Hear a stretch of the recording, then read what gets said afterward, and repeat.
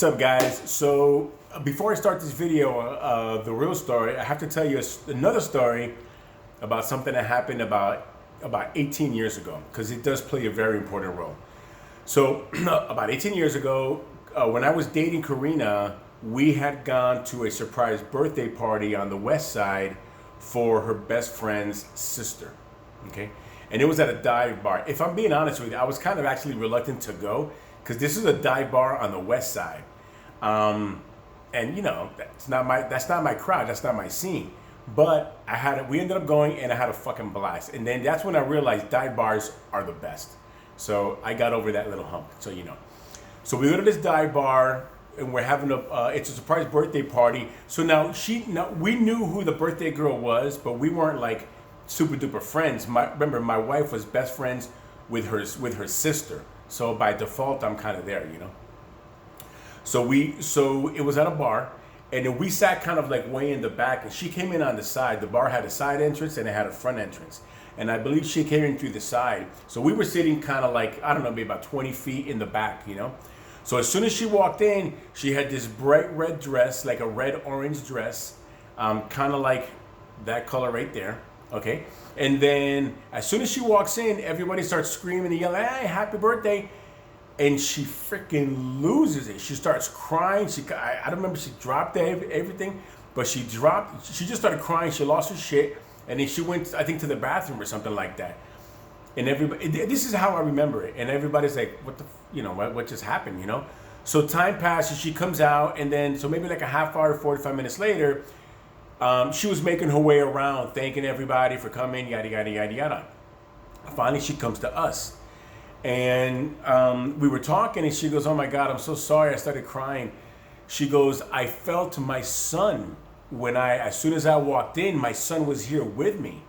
Now, her son had been killed about 1.5 years, 2 years prior to that party. And she said that as soon as she walked in, she felt her son there. And so she just couldn't, she couldn't handle it. It was incredibly overwhelming. So that's what happened. Fast forward to a week ago, last Saturday. We're having dinner at the Vig Uptown for my wife. And there's 8 of us. So it's myself, my daughter Monica, her husband Mike, my brother-in-law Mario, my sister-in-law Diana, Karina, and then Stephanie, my sister-in-law, and my brother-in-law Arturo. So there's 8 of us at the Vig.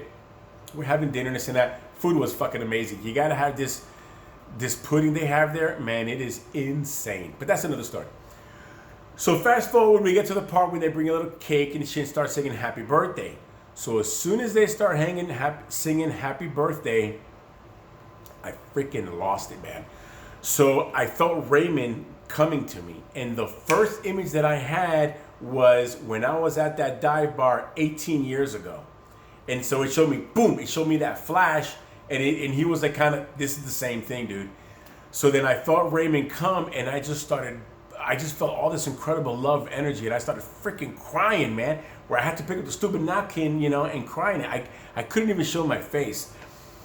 So Raymond, when I saw him, he was sitting like on a bench, like on a picnic table bench, and he was just kind of leaning back, like just chilling, And it was the wooden table kind of looked like the floor in my casita. It was like this whitewashed or like this wood wash. It was a really cool bench, but behind him was like kind of like a popcorn machine, like an old popcorn machine. And it almost like he gave me the impression like, dude, I'm just here watching you guys. I'm just here observing, And then he was being real silly, doing all kinds of funny stuff. So the first thing he did was he stood behind Mario and he reached his arms out, and then his arms stretched out kind of like the dude from the Fantastic Four, the elongated man. And his arms started going around and around and around and around. And then he just started to... And then I just felt this love surround the whole entire table, and it was really powerful. And this is what's kind of weird. So Raymond was here being a little clown, right? But then almost like up here above Arturo, I almost could like feel him looking down, and then he was pointing at everybody, and he was indicating what he loved, what he so uniquely loved about everybody at the table. and almost like he was telling somebody or showing us. And it was almost like little things, you know, I love this about you, I love that about you. But I could feel the gross love, if you will, because I could feel the love for everybody coming down. And it was really insane. And then he showed me a picture of Karina's left leg. And then around her leg, I saw kind of like a shackle. I know, a shackle. And it was a shackle with a little chain, and then it had like a little training wheel on it. It was really weird. It looked like a shopping cart wheel, kind of like that size, but it was a wheel trapped to her leg. And then he wanted me to understand that I'm here to help mom. I'm like mom's training wheels. I'm here to help her out every step of the way. And then the image changed for, this was hilarious. So imagine a life-size balloon, right? And then Raymond had cuffed himself, his ankle to mom's ankle. But he was like a balloon, like a giant balloon. And then he tells me, tell mom she can never get rid of me. I'm with her every step of the way. And then he acted. So then I saw like Karina walking. And then just imagine a life-size balloon with a string or like a 6-inch string. Imagine how much that balloon is going to move around and go crazy. So all of a sudden it was Raymond kind of like strapped to her leg, like trying to hold on, saying, mom, hold on. Like a little freaking kid, man. So it was freaking hilarious. But when I communicate in this realm, they communicate with feeling.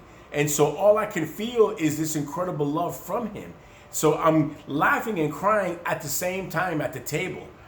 And then that was it, man. So he was there for a while, and I couldn't even, so I kind of stopped crying. And then my sister Diana was like, what did Raymond say? What did Raymond say? And then as soon as I start to tell her, I freaking lose it, because he was like still in me. He was within me.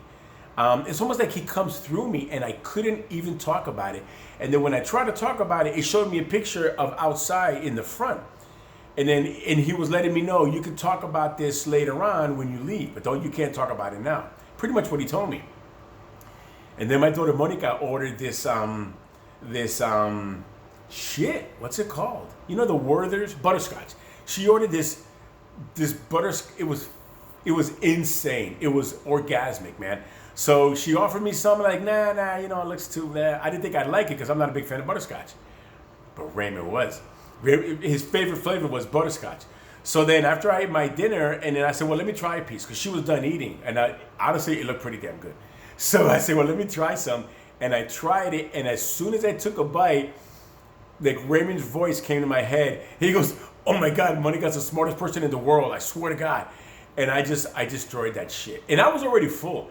And it was straight, what's that called? Like when you're just a fucking pig? Yeah, I've been a fucking pig. I was full. That shit was so good. I couldn't stop eating it. It was like a mouthgasm. I swear to God, man. It was insanely good. So anyways, I felt like Raymond came through me, and he was experiencing everything that I was experiencing. So, you know, that's pretty much it. You know, I honestly wish there was a little bit more exciting things to add, but as far as the story itself goes, that's pretty much everything that happened. But as far as the energy and like the love, it was beyond words, man. It was, you know, I just said mouthgasm when I was eating that delicious dessert that she got. But when I have these experiences, the best way I can describe it is like a soulgasm. And I think I probably made that word up. But yeah, so that's what happened to me. I can go on and on, but I'll save it for another story. But thanks for watching. I appreciate you taking the time. Let me know if you have any questions or comments. And Raymond's doing fine, man. I'm telling you, you know, it's easy for me. It's easier for me to deal with his loss because of these experiences that I have. And I believe that it's through my, for lack of a better word, it's my strength that really helps Karina get through these hard times. Because Raymond's watching her, but on another side. And I think Raymond gave me the strength to be the rock, if you will, for Karina and the family in this realm. So I choose to believe that. That's something I kind of put together based on all the experiences that I've had. And I've had many, if you watch my videos. And so I just wanted to share that. So once again, thanks for watching. Have a good day. Okay, bye.